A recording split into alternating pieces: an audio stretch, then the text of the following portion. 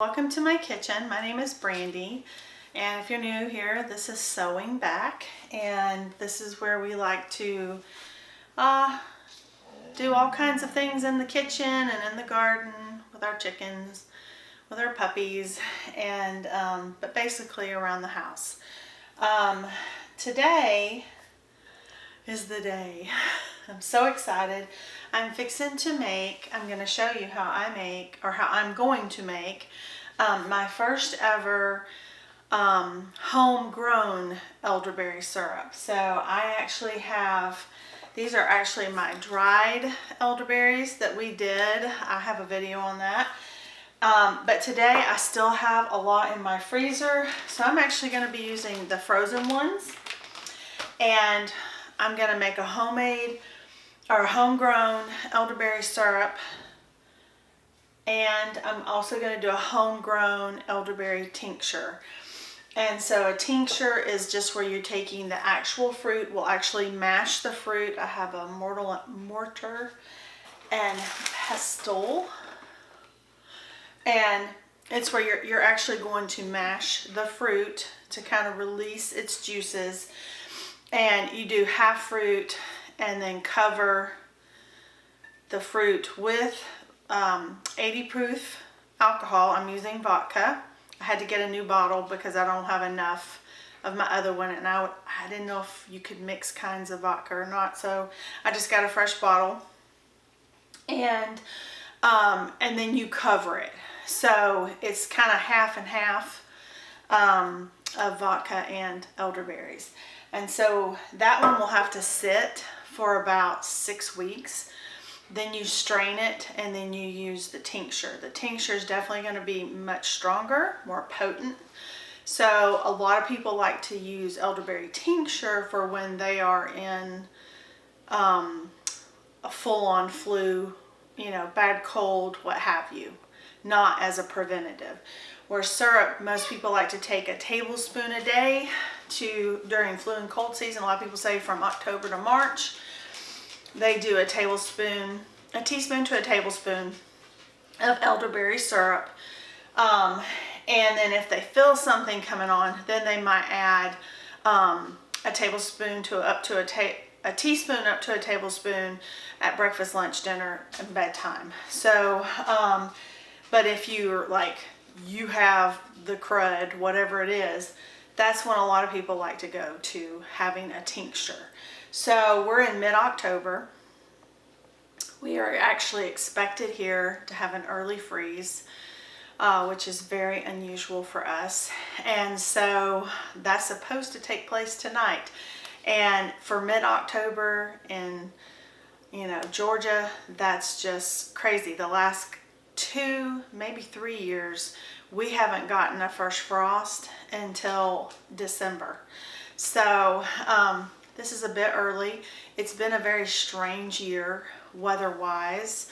Particularly, it really changed a lot in August. It was a very mild August, and it has stayed that way, like not typical temperatures. So with that, I want to go ahead and get my tincture made so it can be getting happy down with my goldenrod tincture I did last week. And I want to go ahead and have my elderberry syrup going so that any of the little sniffle things that we might feel coming on, we can go ahead and try to knock those out. So let me tell you, for the recipe, I have done elderberry before using a kit. There's a lot of Etsy shops that they will sell. It's okay, Lucy, my dog. It's okay. They will sell kits, like you can make your own small bottle, and I've done that. Haven't always loved their recipe.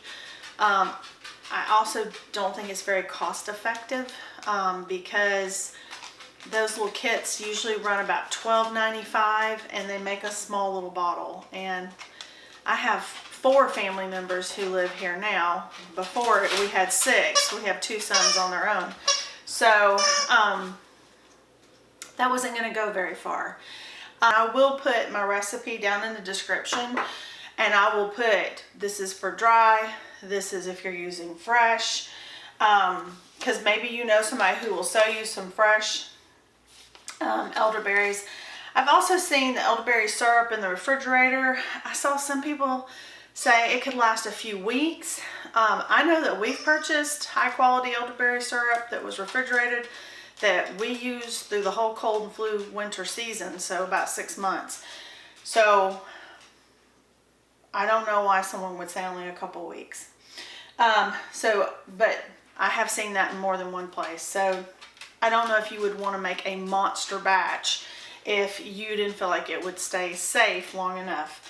You can also can elderberry syrup. Again, I'm not going to do that. I'd rather just make it again because I don't want to cook my honey. Honey's not cheap, and I want all the benefits of the raw honey. So in this recipe, we're going to use some clean water. I actually just went ahead and got a distilled water so I would have enough. I have some other projects I'm going to do, so I picked up a couple of these since I saw them in stock at Walmart. So we are going to use some good old H2O.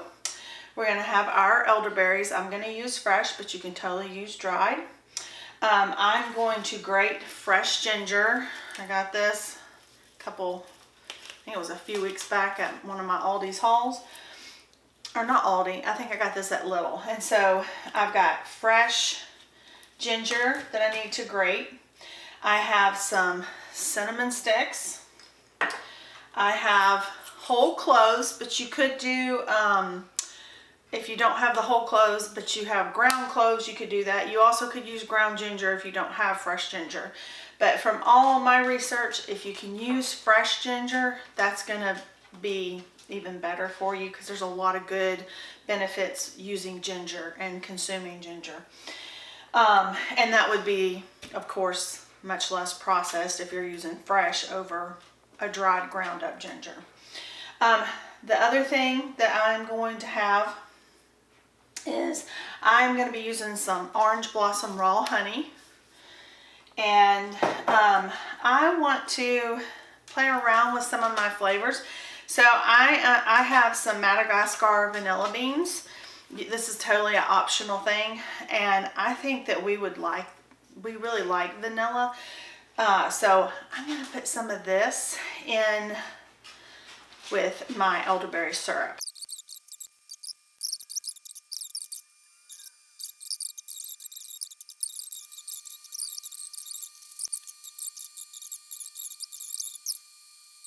In here, I've got my 1 1/3 cup of my frozen elderberries. If you were using dried elderberries, then you're going to want to use, I think it's 2/3 cup of dried elderberries. I have about 6 cloves right there I'm going to put in. I have 2 cinnamon sticks, and then I grated, or I peeled my fresh garlic, and I just kind of chopped it. I didn't grate it. So I just have the bigger chunks. I'm going to say that's probably about 2 teaspoons. If you were to grate it, somewhere between 2 and 3 teaspoons. You could put more if you like more. It's kind of strong, so I'm okay with that. Then I have a vanilla bean. This is totally optional. This is just something I think sounds good. And I'm just going to cut down my vanilla bean. I'm going to stick that in there. I have 3 cups of distilled water.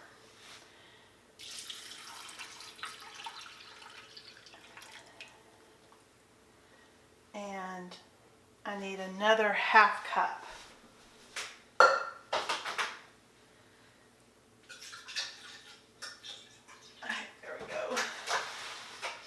So it's 3.5 cups of water. I use distilled. All right. So all this is in here, and I'm turning it on, and you're gonna bring it to a boil, and then you're gonna simmer it for 20 to 30 minutes. This is what it looks like. It's really pretty. So, and once it comes up to a boil, I'll simmer it and then I'll start my timer. When you get done, you want to let it sit. Probably gonna let it sit for about 15-20 minutes. Then I'm gonna strain it, okay? And then while it's still warm, I'll add the honey, but not hot, because I don't want to cook the honey. And I'll show you how to do that when we get there. So we're gonna get this thing boiling, and I'm gonna go ahead and finish getting the elderberries together for the tincture. So I have my elderberries here, and I have my mortar and pestle, because when you make an elderberry tincture, you get more of the properties if you're going to smash your elderberries. And I have a clean, this is a pint wide mouth mason jar, and I have one of my lids. It's got the plastic, so that's what would touch, but it seals, they seal really well. So I'm going to go ahead and I'm going to pour some of my elderberries in here. And I'm going to take this, and I got this mortar and pestle from Azure. I think I paid like $12, maybe $13 for it. And you don't want to just totally crush it. Just enough to start breaking up the berries. And then, actually I'm going to get a funnel.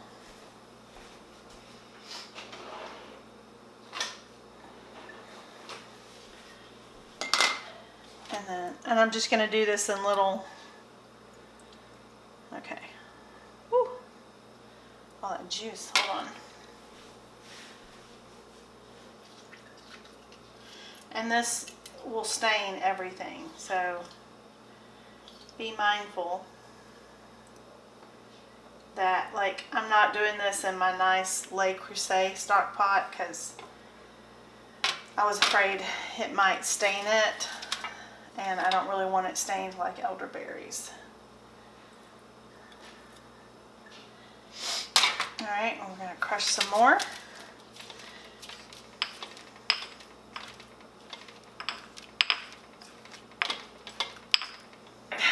So, I don't know anything about vodka. I mean, I know this one's 80 proof because I asked the guy at the liquor store. I don't know if it's any good. I didn't see the Dixie one, so I think they were sold out because that's what I still have. I just didn't have enough. And like I said, I didn't know if it's okay to mix them.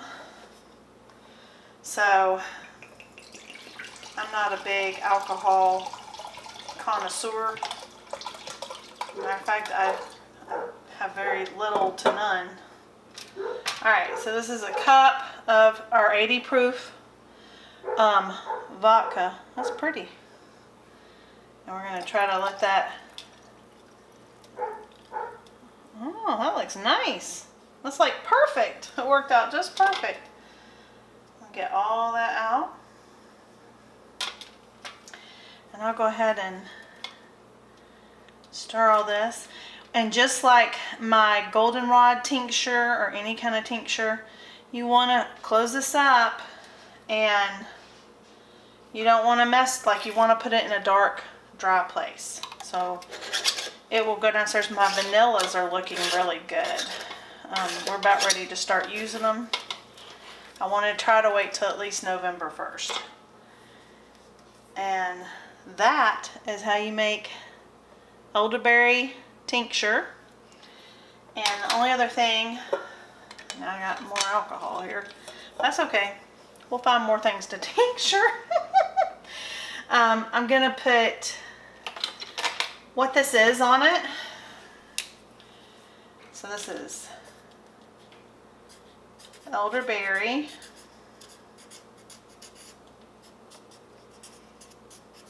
tincture, and I'm going to put today's date is October 18, 2022.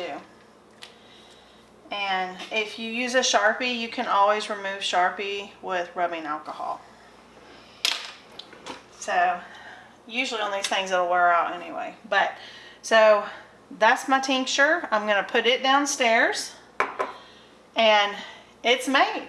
So now all I have to do is wait on the syrup, and when we get ready to drain or strain it, I'll show you how I do that. So it's just simmering now. This smells really good. I think I'm going to love that I put that vanilla in there. We'll see. But I'm thinking so. And I'm really excited to be using orange blossom raw honey in it, because I think that's going to add a that nice warm added fall kind of flavor to the clove, the cinnamon, and the elderberries. And I also think that there'll be a nice vitamin C component to that.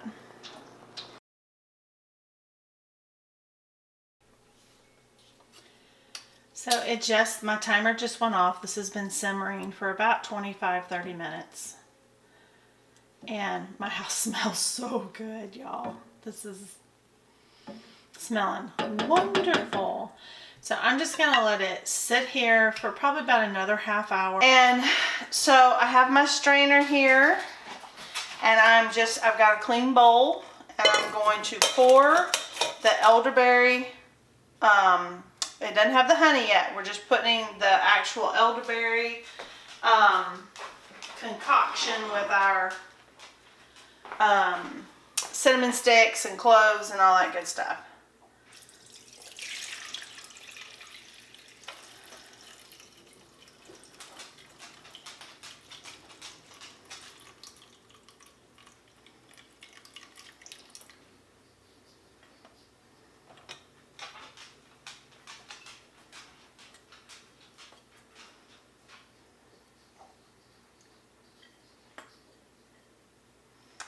Okay,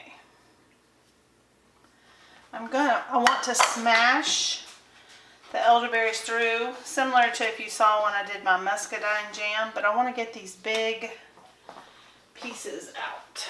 Let's see, I got a paper plate. That's my vanilla bean. Oh, it smells so good. My house smells so good. I'm gonna get these cinnamon sticks out.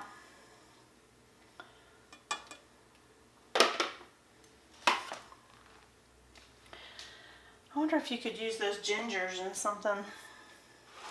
They're really pretty. Can you see that? It's been stained from the elderberry. Well, I'm just going to put it in here.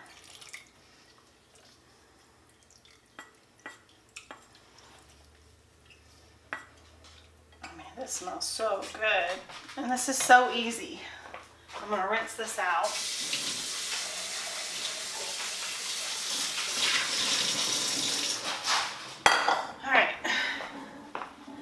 I swear every time I pour these, I find little elderberries.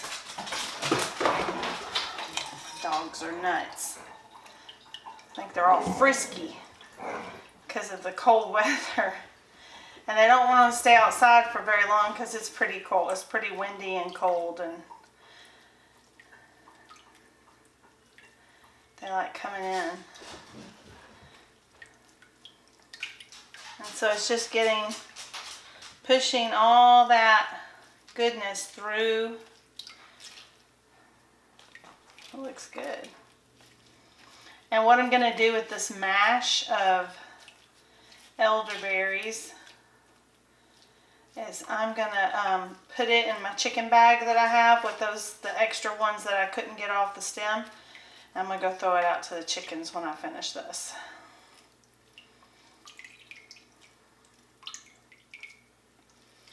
So I want all that juice.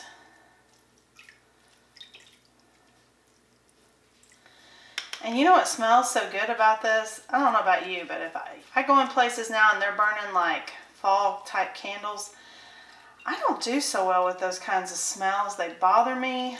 Sometimes I sneeze. And I know most of them, they're just artificial things. Usually I do okay if it's a diffuser with essential oils, but Even that sometimes is just too much. And this is subtle. It smells so good, but it's subtle. That's beautiful. So we're gonna pour this. I hope you're in the shot.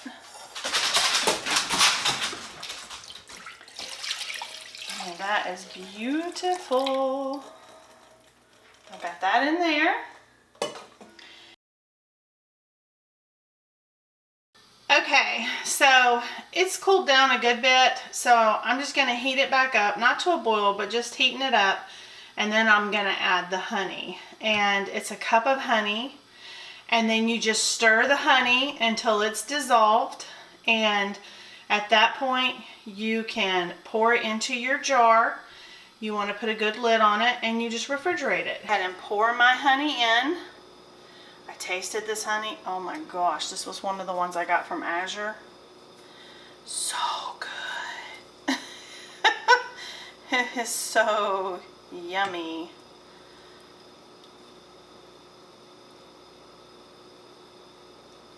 And I just want to make sure that I'm getting all the honey out of this little cup.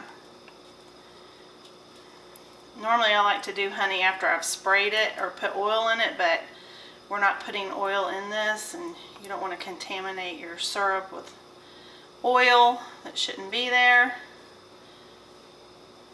And this is really not taking long at all because I've gotten it warm. So I'm going to turn it off, and then I'm just going to stir as I get the rest of this out. And then we're going to jar it up.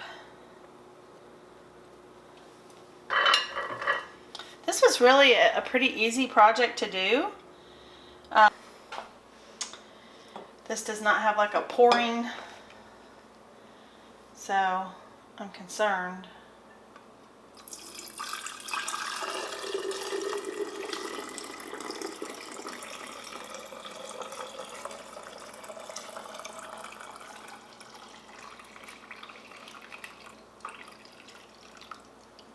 Look at that. That's beautiful. That is absolutely, there ain't nothing wrong with that. That made 1 quart. Okay, so I'm going to try it. It's a little warm. I'm just going to get a little bit in my spoon.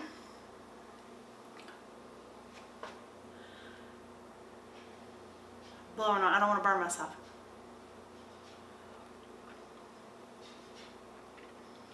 Shut the door. Oh my gosh. Yeah. Oh my gosh. That is delicious. I mean, delicious. I love this recipe. I've had several where I have bought them from other people locally who make them. And then, like I said, I've done like the kits kind of before. And they always have this like funky, there's like this, I don't know, funky aftertaste or something to them when they make them. This doesn't have that. I mean, it's wonderful. Oh, and that would be good as a tea. So good. Oh my gosh, so good. But remember, you don't want to drink a whole lot of that because, like I said, it has properties that might keep you in the bathroom. So, anyway, I will put my recipe down in the description.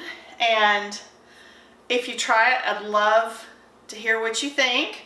I will also in the description, I will find a good source of quality dried elderberries so you can do your own. You can locally find your own honey and all that kind of stuff.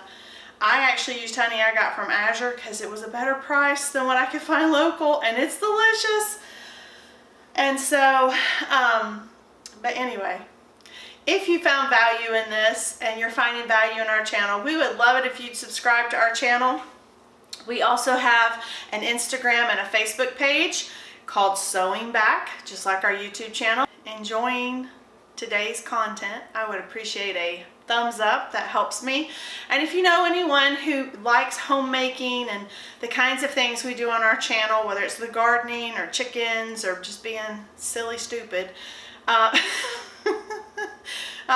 we appreciate if you'd share our videos with those friends or family members you think might enjoy our channel.